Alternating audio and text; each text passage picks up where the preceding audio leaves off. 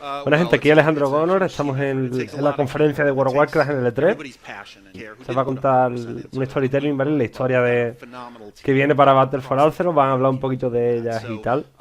Y bueno, he llegado con la conferencia ya empezada, he llegado un poquito tarde, pero bueno, vamos a ver qué dice. Tenemos en el escenario a Christy Golden, que es la escritora del nuevo libro de World of Warcraft Before the Storm, que se publicó hace unos días en inglés. La traducción no llega hasta septiembre, por eso se han formado tantos revuelos en este tema de por qué si el 14 de agosto tenemos a Battle for Azeroth, ¿por qué no llega el libro traducido antes, no? Habrá que leerlo mediante PDFs y tal, o la versión en inglés, claro, pero bueno. Yo, un libro de literatura prefiero que me lo traduzcan. Y a ver qué nos dicen. Y tenemos al creador de arte, que creo que es el de la izquierda. Christy Golden, y el segundo empezó por la izquierda, no sé quién es. Yeah, if you haven't been to Silithus lately, you might want to. There's been some modifications. Yeah, we get the world stabbed by a giant sword. We've gone to the seat of the pantheon and seen the titans, these legendary figures that shape the universe. It's you know the story. Sí, dice que vienen muchos cambios a Silithus y tal. Make it really relatable on a human level. Because at the end of the day, whether you're an elf, a dwarf, or a gnome, or whatever. It's still a human connection that we need to get across. So I'm so grateful for folks like this that really help us connect on that human level. I love that. And to that point too, with all these major moments that are happening, all these creators who aren't afraid to essentially break their baby, which I think is a really important thing of making, evocative storytelling. How is it taking these moments? They say, "Oh, by the way, you're stabbing the planet with a sword. Make it happen." Stabbing the planet with a sword was not quite as hard as killing the Alliance King. Everyone's still like, bitter.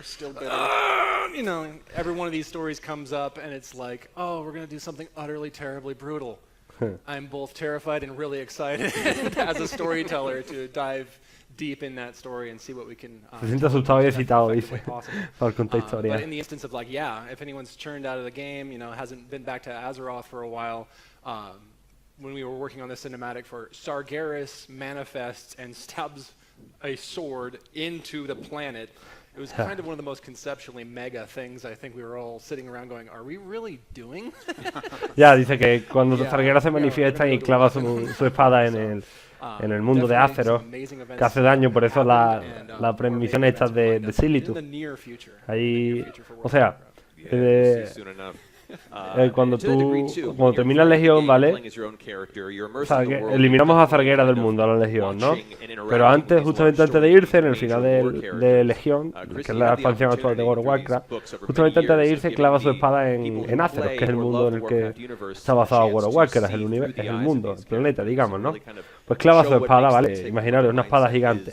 Y clava justamente en Silithus. Silithus es un país, digamos, en Kalindor, que es un territorio de World of Warcraft, y ahí clava su espada, ¿vale?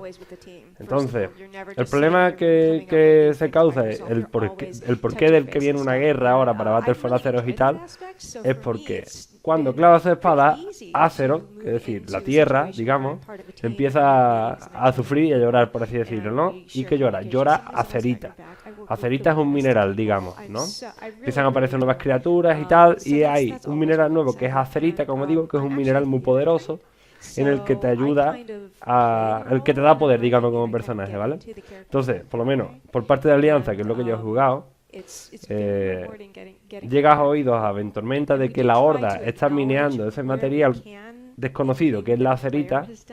Entonces, claro, la Alianza quiere saber el porqué, y ahí es donde empieza en las previsiones de Silithus, que es cuando empieza ya a darte historia de Battle for Azeroth en la Legión, digamos.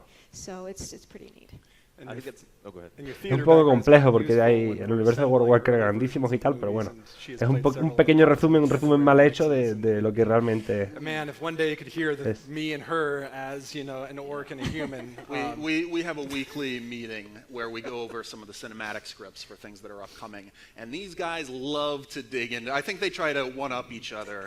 Everybody's like, "Yeah, I'm more of an orc than you." It's a lot of fun. It's true. Vale, el segundo es el creador de la cinemática, no el tercero, me he equivocado. But playing off that, kind of what you're talking about, making the player feel more immersed in the story. I've played many MMOs through the years. Believe it or not, I'm an indoor kid, very heavily. And what I've really loved is, from the player standpoint, you guys have done a really good job of not just having them be a bystander to the story, not just being a faceless individual as part of a nearby army that helped accomplish a goal. You've built a narrative where the player becomes progressively more important and is directly interacting with these very important story characters. That to me has been a really cool focus. And how interesting has that been to develop that? And where do you have any teases for where that might be going? Well, I mean, that's the center of what we do at Blizzard. Like, right on our statue, one of our core values is about gameplay. And so we love story, we care about story, and we want the players to be the driving forces in the in-game story. So it's the things you do, the ways that you interact with these big iconic heroes and stuff, that really does shape the world.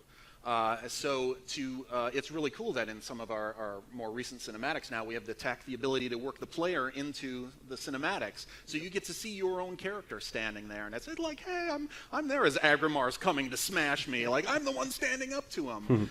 So to keep the player involved and always remind them that they are the drivers of this. Vale, dicen que, según entiendo, dicen que le encantan crear propias historias buenas, digamos, en las que tú, por ejemplo, tu propio personaje aparezca en la cinemática y tal. We specifically worked in the fact that, hey, the Horde did this, and it was these heroes, these champions who came together, or it was the Alliance who fought this fight and defeated this great foe, and it was from them working together with these heroes, these mysterious heroes that showed up. So you're literally part of the lore of the world, and I think that's really awesome. Claro, te quieren hacer sentir parte del mundo de World of Warcraft. Para mi gusto lo consiguen, lo están consiguiendo, vamos. Having the inside scoop to the rooms where those decisions were made and being like, that wasn't history, that was just it's an amazing cognitive dissonance on that, but it's amazing to witness. Yeah, that's pretty interesting. I would say also for the being able to put your own character in the cinematics, I challenge all of you to wear the most ridiculous, like early expansion greens possible when interacting with the faction leaders. Make it really epic. See if you can get Sylvanas to side-eye you going, what the heck are you wearing? She's very judgy about outfits and fashion, so just keep that in mind. Yeah. Actually lose faction with Undercity if you're not careful. Speaking of faction, this expansion takes what has been the underlying essence of World of Warcraft and really kind of brings it to an unprecedented level, really emphasizing the actual faction war between the Horde and the Alliance. Can you talk a little bit about what you guys have been building towards and how you're planning to make this a different experience and underlying that aspect of the game's narrative? Yeah, I think it's always an interesting thing where it frequently comes up, right? The faction war has always been a part of World of Warcraft. Well, the faction conflict has always been a part of World of Warcraft from its earliest days. While the main storyline going on is usually some greater good, greater evil, and we have our tussles between the Horde and Alliance while we're both working toward the same ultimate goal. I would wager to say this is actually the first time that all-out faction war has blown out between the Alliance and Horde, and now the story has diverged completely into two opposing narratives, and that's presented its own challenges in the execution of this that we've really loved diving into. Yeah, we really embraced that whole theme with this expansion. You know, it was red versus blue, this battle for Azeroth. It's right there in the name. You know, in previous expansions, we've faced some big universal bad. Sargeras is coming. The Legion is here. All these things that kind of forced unity, or at least forced truces between these two sides. But that kind of resentment, those old hostilities, those are never forgotten. That's just the way the world works. Vale, están hablando de que en expansiones anteriores como Legión y tal, ¿vale? Obligan a la Alianza y a la Horda a unirse para luchar por una fuerza exterior, una fuerza mayor. Pero ahora, en esta expansión dicen que han querido recordar la hostilidad entre ambos, entre la Alianza y la Horda, que siempre ha existido desde Warcraft, vamos. O sea, en el lore es humanos contra orcos. now we really get the chance to have war at the forefront. Esta expansión pues vuelve a los orígenes de WoW, que ya eran necesarios, digamos, era necesario un poquito. They're trying to recruit allies over here. The Alliance has their section. They're going to this continent to recruit allies, and then those forces will inevitably come into conflict. So it's really awesome. You know, that's actually one of the key story germ for Before the Storm was Blizzard approached me and they told me what was going to be going on, and they said we really want to go deep into both Sylvanas and Anduin and see how they, you know, get into their heads, see what they think, see what they feel, and so that's really what I had in the back of my head when I was writing that, is this deep dive into the characters. Ha tenido que profundizar muchísimo en los personajes, qué sienten y tal, para poder escribir el libro de Before the Storm, que es el nuevo libro del que hablaba antes. Well, I have been doing this for 27 years and it never gets easier. But, you know, I do understand. This is the thing about working with a game that's even greater than other IPs, is a game is really a living entity. It can change right up to the moment of shipping. There are patches that bring in new content all the time. And so, you know, you need esa foto, esa imagen en mi fondo de pantalla también. And they're always looking for ways to make it more interesting, make it more gripping, bring people even firmer in. And that's one of the ways to do it. And another way is also introducing new characters, and that's great. Tenía que haberme puesto mi camiseta de la Alianza, tío, pero es que acabo de llegar del trabajo. Justo.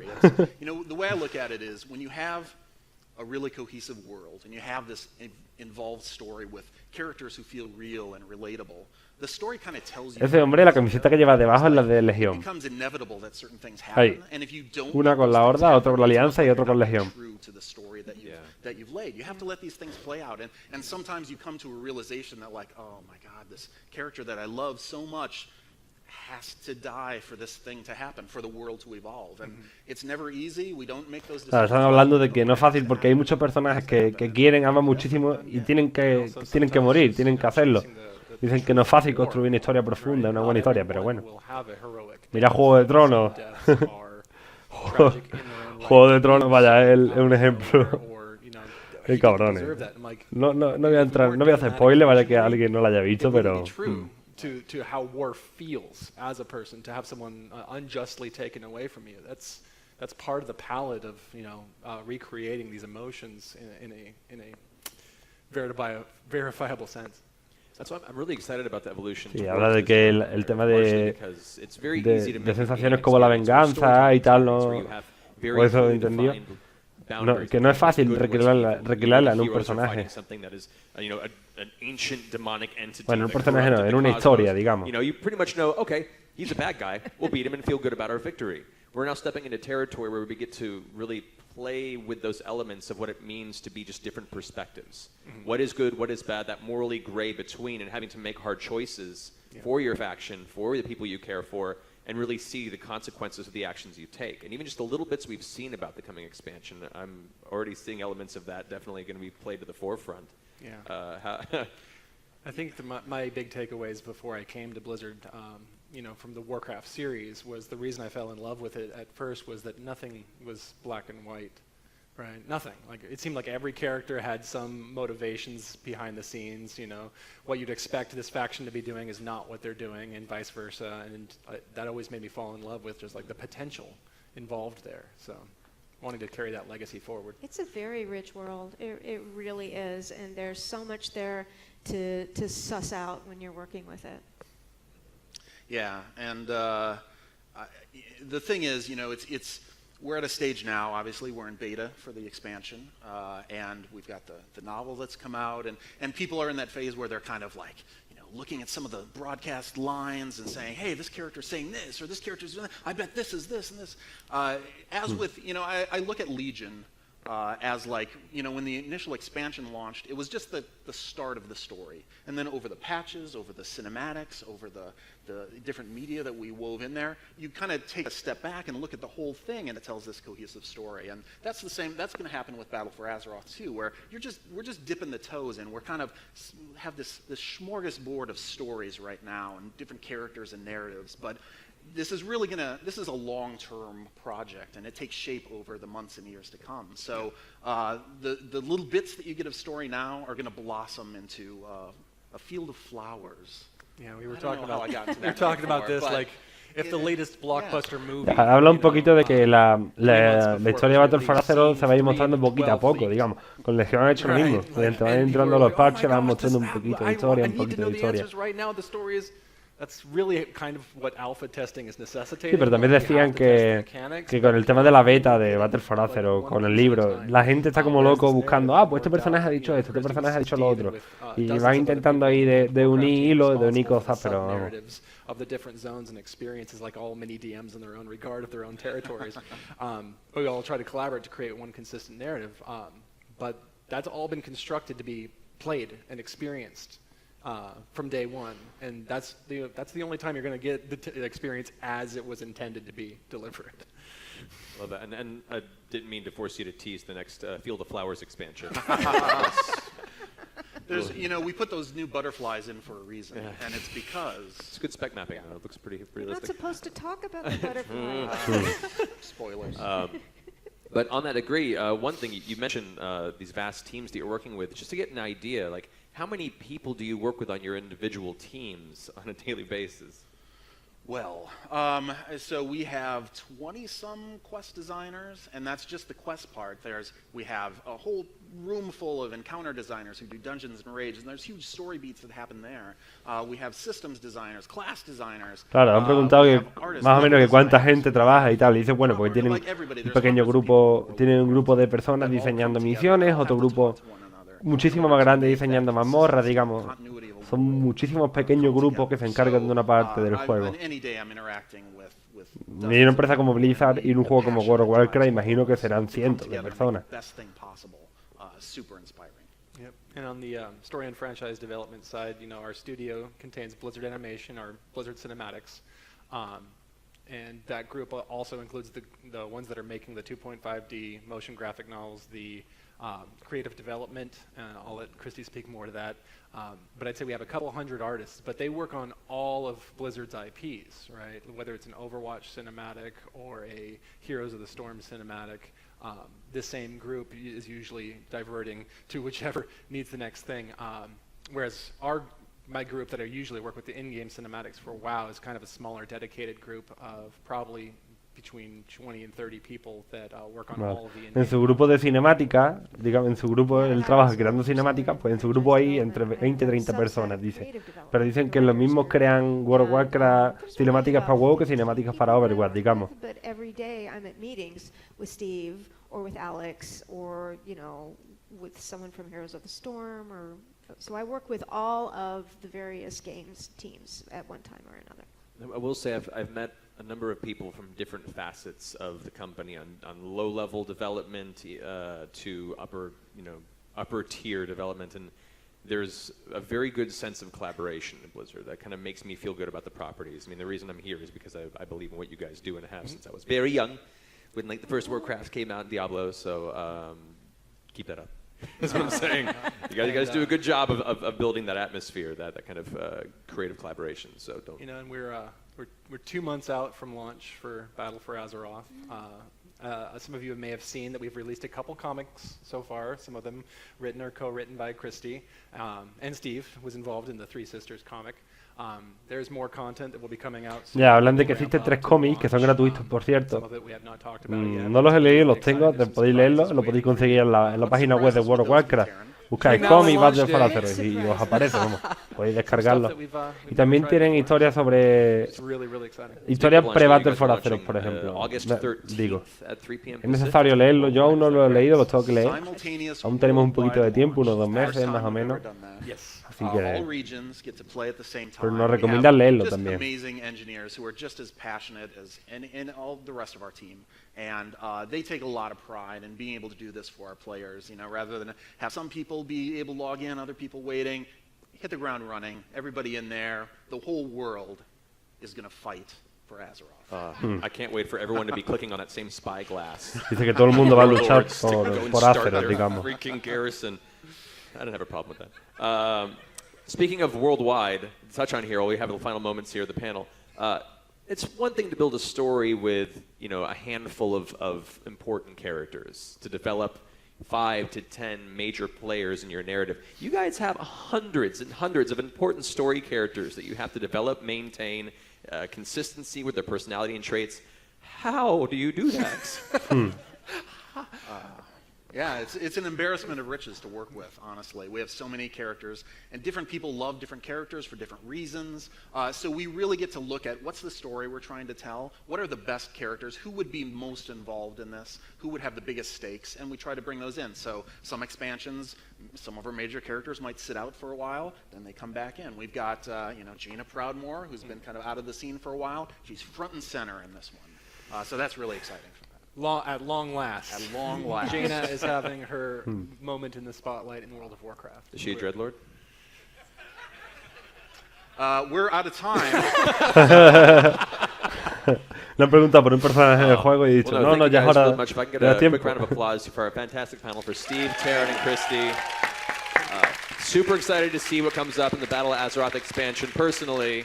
Once again, you can look forward to that releasing August 13th in just a couple months, worldwide at 3 p.m. Pacific. I'm Matthew Mercer. Thank you for letting me be your moderator for this panel. I hope you have a wonderful day at E3, and thank you very much. Muchas gracias. Pues nada, en resumen han hablado un poquito de los personajes que... No sé, un poquito de cómo es Blizzard, digamos. Espérate, vamos a bajarle volumen a esto. Han hablado sobre todo de Blizzard, digamos, de los grupitos que trabajan para una empresa, para otra. El contenido que viene para pre-Battle for Azeroth, digamos. No han dado muchas pistas sobre el lore ni nada, o sea, no han hablado nada de historia, cero spoiler, lo veo bien, vamos. Bueno, la puñeta es que el libro no llega hasta septiembre traducido, entonces pues el 14 de agosto tenemos Battle for Azeroth y un libro que trata de lo que ocurre como pre-Battle for Azeroth, digamos, justamente antes de la expansión, es necesario tenerla. Entonces, por Twitter hay polémica y tal sobre esto y yo opino de que alguien va a subir, bueno, esto lo he leído en Twitter, alguien va a subir un PDF traducido y todo lo vamos a descargar y lo vamos a leer. Yo creo que es la solución más recomendada, digamos. Yo creo que lo voy a hacer, porque es que ¿qué hacemos? No, ¿qué otra solución hay? ¿Lo leemos en inglés? No nos enteramos ni de la mitad, ya habéis visto. Entonces, pues, no sé, habrá que esperar que algún fan lo suba o nos hagan una especie de resumen o algo. Lo que sí voy a hacer desde ya es leerme los 3 cómics que hay gratuitos en la página web de World of Warcraft, digamos. Entráis a World of Warcraft y buscáis cómic, Battle for Azeroth, y aparecen los 3 para descargar, digamos. Son digitales, obviamente. Yo los tengo, son de unas 30 páginas más o menos cada uno. Hay que leerlos, son importantes para la historia de Battle for Azeroth, digamos. Y bueno, y así, aunque no tenga nada que ver, lo que voy a ir haciendo ahora mismo en World of Warcraft Legion, y espero que tengáis aquí también subiros contenido al canal. Bueno, voy a subir más personajes, digamos, porque claro, yo en Battle for Azeroth, mi main es guerrero, yo voy a seguir con un guerrero, ¿vale? Por eso no preocuparse. Bueno, ¿quién coño se va a preocupar por lo que yo juegue, no? Pero bueno, yo voy a seguir con guerrero, pero bueno, quiero crear alters y tal, no sé, porque no quiero subir en X meses 120 niveles, ¿vale? Entonces quiero ir subiéndolo poquito a poco, ahora que hay tiempo, no hay mucho que hacer, porque yo no raideo ya ni nada, vamos. Entonces voy a subir personajes, voy a seguir haciendo oro, que el oro es muy importante, porque por ejemplo, cuando pasamos de World of Warcraft a Legión, el tema del oro iba yo muy cortito y iba mucha gente que había hecho muchísimo oro. Entonces el inicio en Legión les fue súper fácil. Entonces voy a seguir haciendo oro, voy a subir personajes. Bueno, me voy a dedicar también un poquito a conseguir monturas y logros y tal que son de Legión, que no se pueden conseguir la expansión siguiente. Y bueno, ahora mismo es lo que voy haciendo, digamos. Oro, subiré personajes y voy a conseguir monturas. Y también logros que son de ahora, digamos, y luego va a ser difícil pillarlo en un futuro o que quizás lo quiten, digamos. De todas maneras, a mí me queda contenido aún por hacer Legión, digamos. Estoy en 940 y pico de E-Level, que es poquísimo ya, digamos. Pero bueno, poquito a poco vamos trabajando. Pues hasta aquí esta pequeña conferencia, entre que yo he llegado un poquito tarde y no es muy larga, pues se nos va a quedar un vídeo cortito, digamos, ¿vale? Nos vemos en el siguiente vídeo. Hasta luego. vídeo. Hasta luego.